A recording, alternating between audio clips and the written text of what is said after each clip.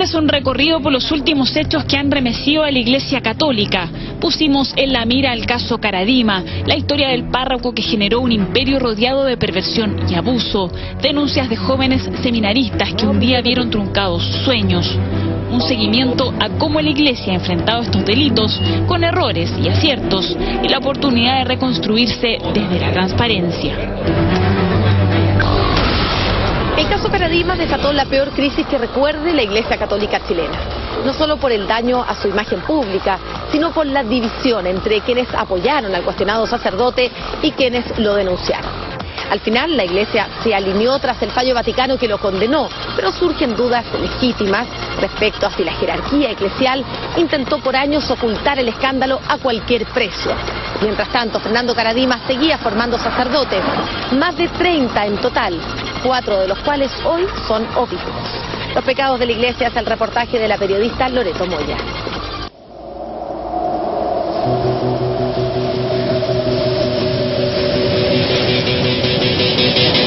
Para mí el padre Caradima es un santo.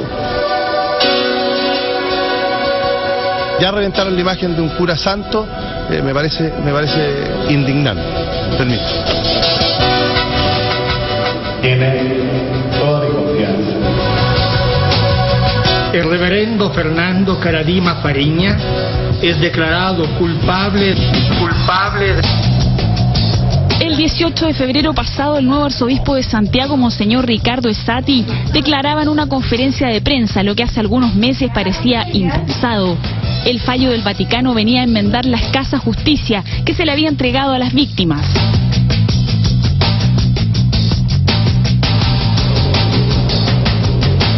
Culpable de los delitos mencionados en precedencia y en modo particular del delito de abuso de menor en contra de más víctimas. Después de 8 años de conocida por las autoridades de la Iglesia, la primera denuncia en contra del sacerdote. 8 años de dolor. Si tú me preguntas el nivel de abuso con todas sus letras, de toda esta jerarquía de la Iglesia, ha sido feroz. La verdad que ha sido casi peor que el de Caradima. Por primera vez la Iglesia Católica reconocía públicamente a estos 5 hombres como víctimas de abusos sexuales del padre Fernando Caradima, después de años de contar sus historias una y otra vez, sin recibir respuesta. A las personas directamente afectadas y a las comunidades que en Chile han visto en algún sacerdote motivo de escándalo, les pedimos perdón. Un perdón que se valora. Caradima era sentenciado a vivir en penitencia y oración en el convento de las Siervas de Dios en la calle Bustamante y se le prohibió el ejercicio del ministerio.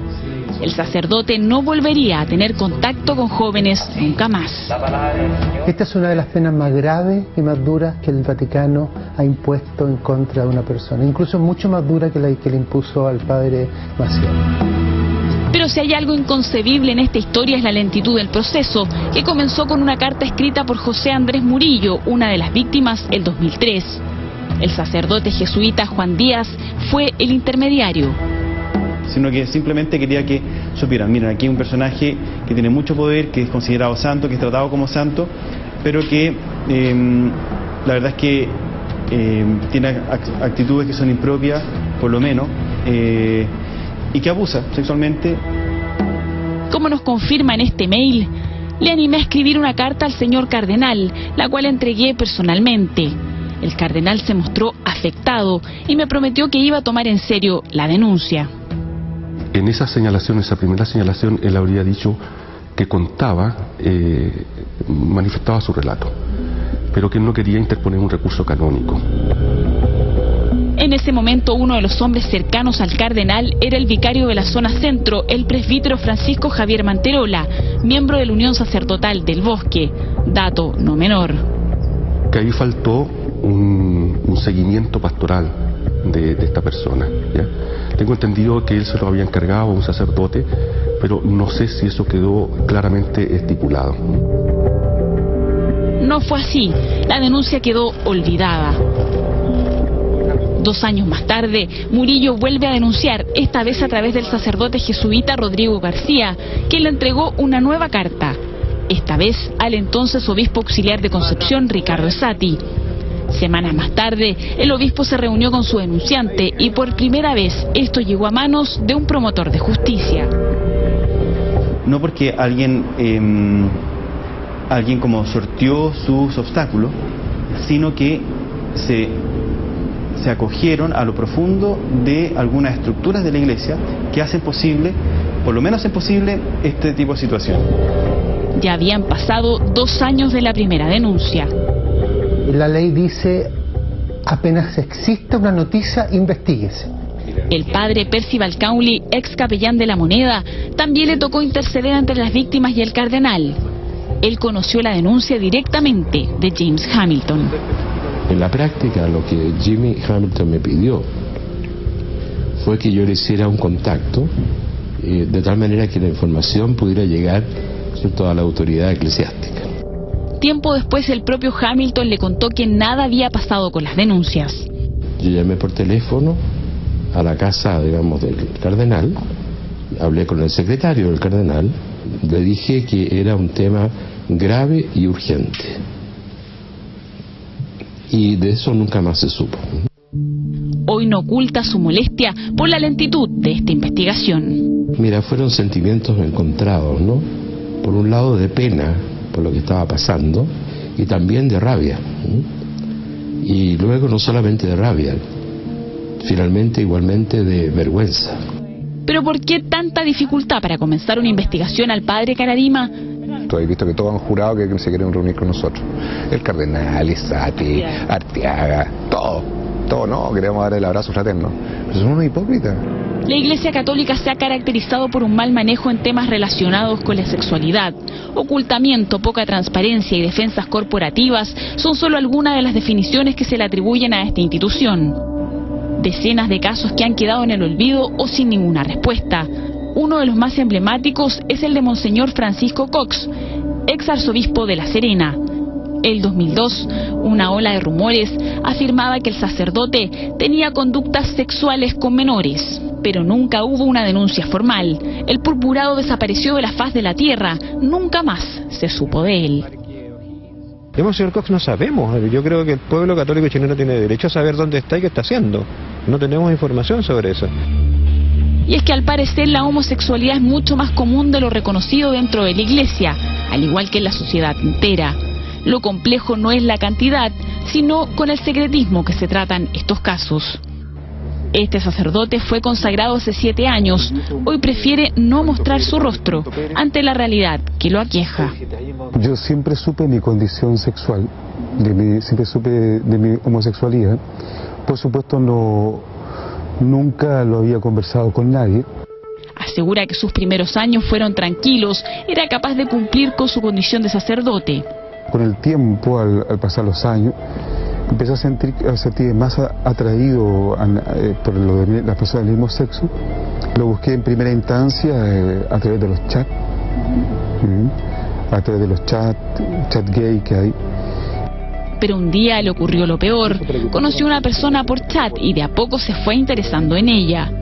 Sentí en aquel entonces que me enamoré. Me enamoré de un hombre. Pero no fue la primera vez que vivía la homosexualidad dentro de su institución. Años antes, uno de sus superiores le demostró que este era un tema mucho más común de lo que pensaba. Él me acosaba, proponiéndome algunas acciones sexuales, y yo le decía que eso no correspondía, que le pedía que se fuera de mi habitación, me pedía que tuviera sexo con él, o que le hiciera sexo oral. Entonces yo por supuesto no accedía ni de palabra ni de hecho a ese tipo de propuestas. Después de esto, el sacerdote reconoció su condición sexual en la congregación. A los pocos días fue suspendido. Nunca más supo de ninguno de sus jerarcas. En la iglesia hay homosexuales, hay lesbianas en la vida consagrada. Eso es una realidad que no se puede tapar con un dedo, ¿cierto? Las denuncias en contra de Karadima ya eran un secreto a voces. El padre, que dotaba de mayor cantidad de vocaciones sacerdotales a la iglesia, era cuestionado, pero todavía no había una condena formal. Es terrible además que la iglesia está amparando crímenes. y queda a criterio de una persona sin formación y sin la cultura ni el intelecto para tomar una decisión tan grave. Hasta el 2006, el promotor de justicia, Eliseo Escudero, entregó 3 informes al cardenal Errázuriz. En cada uno de ellos proponía sacarlo de su cargo e investigarlo. Ese año, Caradima fue alejado de la parroquia El Bosque, pero por su avanzada edad. Por el gran bien que el padre Caradima estaba haciendo, por el gran promotor vocacional que él estaba haciendo para la iglesia de Santiago también, le parecían poco creíbles al inicio estas acusaciones. Efectivamente, el cardenal entregó esta razón para entender la demora del proceso. En una carta leída a los feligreses el 24 de abril del 2010, Francisco Javier Errázuriz asegura: existían innumerables y contundentes testimonios a favor del padre Caradima. Después de una primera investigación, dejé en suspenso la causa. El cardenal reconoció la lentitud del proceso recién en el 2011.